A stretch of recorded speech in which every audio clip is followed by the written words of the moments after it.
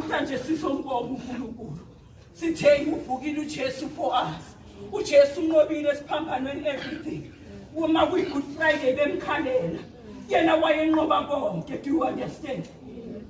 Manje uthi wena ungakhathazeki uma sikwehlela izimo ukunye uthi bheka la overcome the world uthi wena nje linda ngiyamezela ngithile egcineni noma ungasulale zikhaqile izimo wazi kodwa ukuthi wena ulindwe ithemba lokuthi usazophila. Do you understand? Usethembeni lokuthi usazophila ukuphila okungaphakade. Namhlanje asivale namehlo bantwana bami sithi siyabonga Nkosi besingazi ukuthi sithandwa ngale ndlela ukuthi kanti kukhona impilo esibekelwe yona edlula yonke impilo ekhona emhlabeni. Yingakho ufuna nje abantu abazomlalela abazoyenza intando yakhe noma uyongena eklasini ungene yazi ngepride uthi asiyayazi Nkosi yami ingifuna ukuthi mina ngilalele ngenze kahle kuze ekugcineni kube kuhle konke.